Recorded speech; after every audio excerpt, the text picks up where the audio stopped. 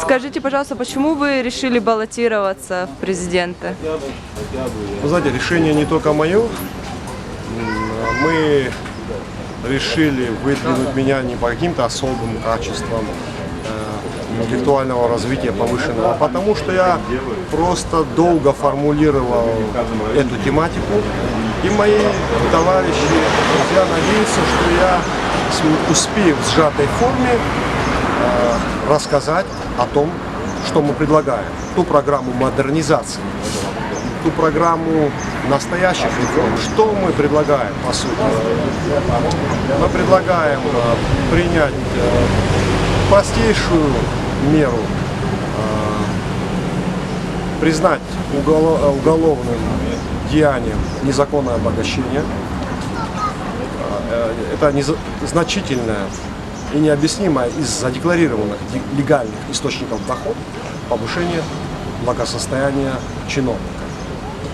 Этот путь у нас уже идет давно. Есть законопроект о конкурсном подборе кадров на госслужбу. Он не менее важен. По сути, проведение двух этих законов сделать так, что Абхазия вступит в новый эру. Это не будет уже страна, поделенная на феодальные вотчины. Это будет новая страна с честной политической и экономической конкуренцией. Нам приходится начинать, по сути, с нуля, с базиса, с фундамента. В нашей команде нет маститых чиновников, людей, заработавших какие-то гигантские состояния и так далее. Мне вообще очень странно слышать иногда, когда говорят об опыте управленческом и повышении по службе и так далее, это как-то плюсом идет в нашем информационном пространстве. А если мыслить логически, то такой опыт, наоборот, должен настораживать избирателей. Потому что продвижение по карьерной лестнице в Абхазии, да и на всем постсоветском пространстве, как правило, связано с, как минимум, терпимостью клановости, коррупции. Я не говорю участия, терпимости. То есть, если я продвигаюсь по службе, возглавляю одно министерство, а потом второе, а потом третье, то это в цивилизованной стране должно настораживать избирателей. Что же я такой незаменимый-то, а? Мы хотим ввести в орбиту абхазской политики новые лица, новые люди, новых людей, новые подходы.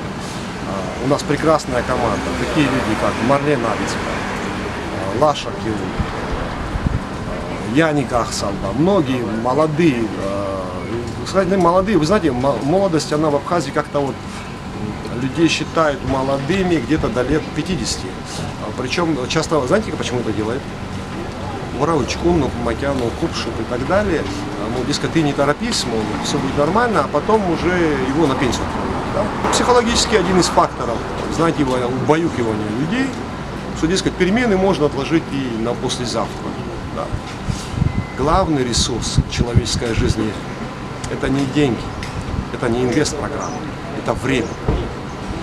И если наше время нерационально использовать, то результаты будут плачевны.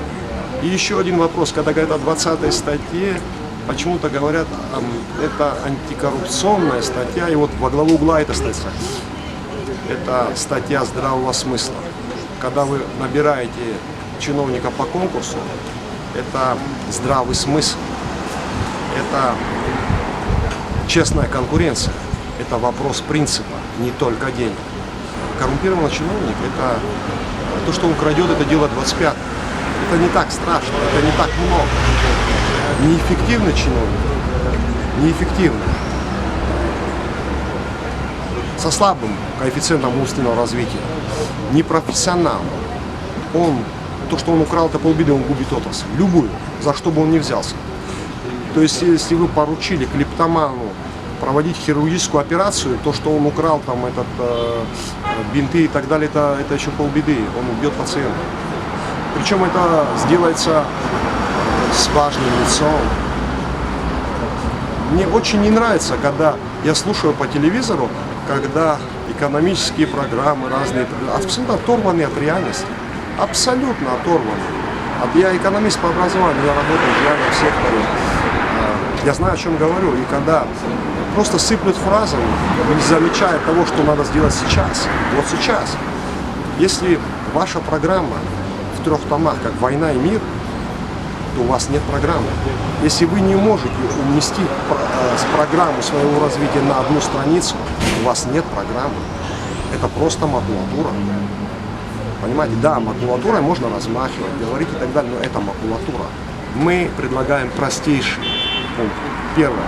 Нетерпимо, чтобы Абхазия вот в таком каком-то анклаве жила, и мы для связи с внешним миром имели 3 окошка на ПСО. Это нетерпимо. Нетерпимо, когда нет кредитования по реальным ставкам населения. Не оказывается протекционизм местному производителю. Мы не хотим бороться с кем-то и, как бы сказать, представить их в негативном свете, а себя в позитивном и так далее. Мы вышли из подросткового возраста, нам не надо самоутверждаться.